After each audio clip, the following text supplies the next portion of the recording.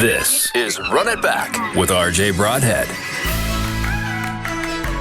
The Tiger Cats are coming off their second bye week of the season. In case you're wondering, the final bye for the Ticats doesn't come until the second last week of the regular season, so that could be good timing. We'll have to wait and see. Welcome to Run It Back. I'm RJ Broadhead. The Ticats last played on Saturday, August the 5th. They lost at home to Montreal 27-14.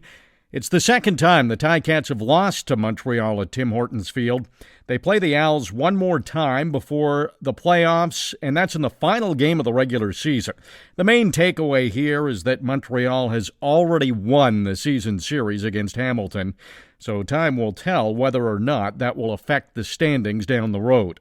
The game started rough for the Ticats on the very first possession. Taylor Powell was sacked and fumbled the football. Montreal recovered. The Owls moved the ball to the Hamilton 19, but Richard Leonard picked off a pass from Cody Fajardo to avoid giving up any points. Leonard had 2 interceptions in the game and leads Hamilton with 3 picks this season. After a scoreless first quarter, the Ticats scored their lone touchdown of the game in the second quarter. James Butler ran 4 yards for his team-leading 4th touchdown of the season.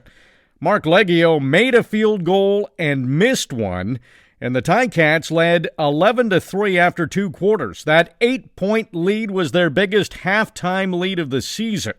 It was the third time in 4 games that Hamilton led at the half, but it was the first time they didn't turn that halftime lead into a victory.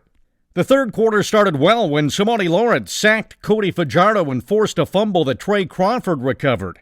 Simoni had a big game to go along with the forced fumble. He had his first quarterback sack of the season and a game-high 11 tackles. The expectations are high, and I know what the city wants and what the city needs. And so it's just one of those things where, like, the only way you can lead right now is leading by example, and that's by production. And you just got to, like, put things in perspective and stay in your own little bubble, you know what I mean? We're in a league where 3 of the teams are going to go to the playoffs, right? Yeah. And right now, if the playoffs would happen, we would be in there. You know what I'm saying? That's all you ask for is an opportunity. But that doesn't mean that we don't want to go out and win the rest of these games and put ourselves in position to get a home playoff game, because you know how our fans are in the playoff time especially. That's going to be a fun one. And I feel like in this back half of the season, like, you're really going to see everybody elevate and get comfortable with each other and put up even more ridiculous numbers and translate into some wins. After that takeaway, the Ticats took over on the Montreal 20-yard line. They got the ball to the 4, but they couldn't punch it in and had to settle for a field goal. That increased the Ticats' lead to 14-3 early in the third quarter. However, the Ticats would not score another point after that. Montreal scored 24 unanswered points, including 2 fourth-quarter touchdowns that snapped the Hamilton defense streak of over 7 quarters without allowing a major. Here's Simoni. So we just got to, stay locked in, like I said. It's just a couple of plays in the game. We went I don't know how many quarters without our team scoring a touchdown on us and until that last game. So, we just got to keep staying locked in. Coach O knows how long it was without allowing a touchdown. That was 7.5 quarters or 7 quarters anyway without giving up a touchdown. And you'd like to extend the lead in between there. And then obviously they made their plays and made more than we did. They were chipping away with the field goals, and we weren't able to answer with field goals to keep the deficit where it was or score touchdowns. So you got to credit them for making way more plays than we did in the fourth quarter. Definitely proud of the effort. I think you're always going to see the football team playing hard. We just have to be better at our execution. We are 3-5, looking to be 4-5 at the midway point, and we're just going to embrace that. And I think we have a good idea of where we're at. We definitely know where we need to improve, and part of that is just consistency of lineup. And if we can get that, it'll give us a better opportunity. But with that being said, we've been in every football. I think every game that we've been a part of, it's at some point during the game, it's been a 1-score game, and that includes against 2 of the top teams in the league. And we've found a way to close out a couple of close games. So you definitely got to win while you're figuring yourself out, and sometimes that takes time, and we're just looking forward to Edmonton. The Ticats allowed 135 yards rushing against Montreal. It's the 7th time in 8 games that the Ticats have allowed 100 or more rushing yards. Here's what Simoni and Coach O had to say about that statistic. I feel like it's not like nothing that they're just running the ball consecutively. Even if you look at the Montreal game, they're not getting like 7 yards a carry, 8 yards a carry. It's those 1 or 2 times in the game where one person's out of position and they pick up like 40 yards or they pick up 60 yards. So it's like we got to be locked in the whole game because they're picking up a bunch of yards within one play, and you just can't have explosions like that. Other than that, we're stopping it. We've had people corralled, and then we've given them a 40-yard run late in the game, i.e. Montreal did that. Edmonton had a big run late in the game. So I think everything's not equal, and then obviously you got to add in quarterback rushing yards. So when you're playing a team like Ottawa with Crum, that's just part of their game plan. So that all goes down as rushing yards also. So I would say that contributes to it. And other times, we let's say we got to be better tacklers. I think we've contained it well enough to be in ball games, but we definitely haven't corralled it like we have in previous seasons so far. It was the third straight game where the Ticats were held under 20 points. The Ticats managed only 1 first down in the second half. That came on their first possession 2 minutes into the third quarter. So the Ticats went the final 28 minutes of the football game without any first downs.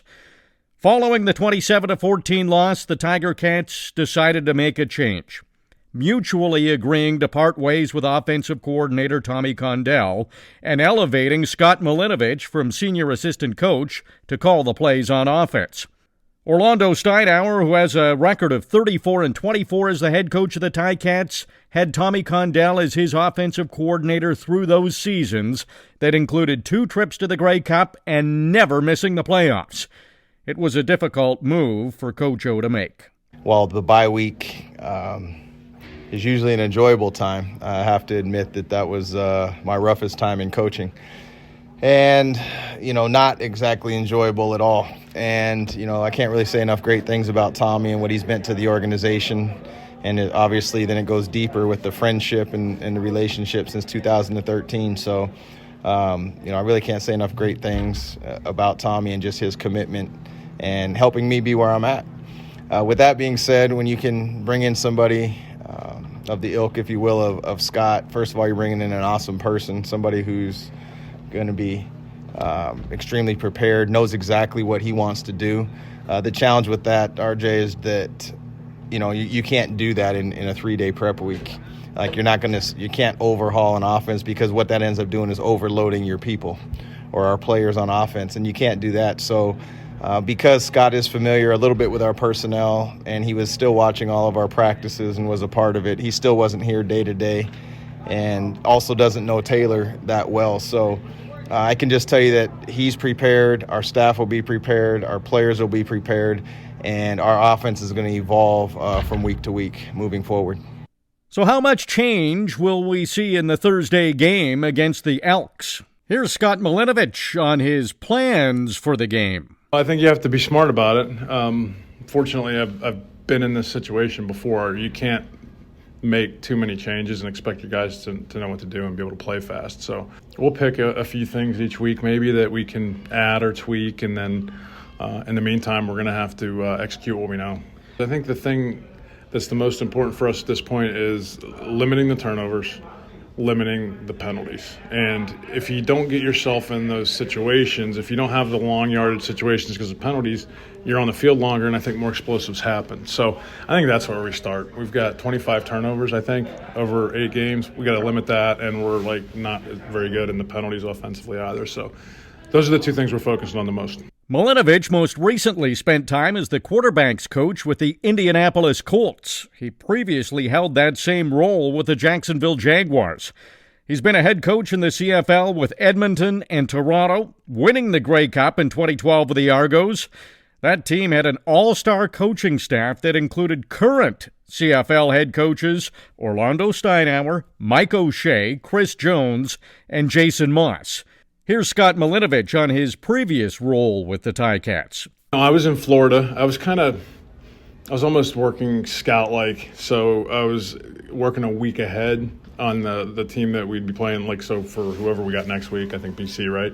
I would have been working on BC this week so that after the game was over, I basically had a meeting with Gibby, and then I had a meeting with Tommy, and just kind of tell them what I saw. Just, hey, I like this formation. Maybe we can work at this guy, stuff like that. But I think the biggest benefit was I not only got to see our team, but I saw everybody. You get a little bit of a bigger picture of what's working well in the league right now and how teams are trying to attack different defenses, so that was a benefit for sure. My goal right now is to win this game by 1 point. That's it. Find a way to win. We'll get better, I know this, over the next 10 weeks, but right now, in the meantime, we got to find a way to win. The Ticats play their 9th game of the season on Thursday at home against Edmonton. This will take the Ticats to the halfway point of the season. Still lots of time, and in my conversations with the players and coaches, we can expect much better things in the second half of the season. The only 2 Thursday games of the season have been against Edmonton. Thursday at Tim Hortons Field. Game time is 7:30. Lots of information coming up on the Ticats audio network over the next few days. It should be exciting to see if the Ticats can put up some points again against the Elks. They won the previous meeting 37-29. That's the most points the Ticats have scored in a game this season. Remember, you can hear the game on the Ticats audio network. The pregame show with Andy Fantuz, Bubba O'Neill, and guests starts at 6:30. Luke Tasker and I will have the call at 7:30. This has been Run It Back with RJ Broadhead. If you like what you're hearing, give us a review on Spotify, Apple Podcasts, or wherever you find your audio content.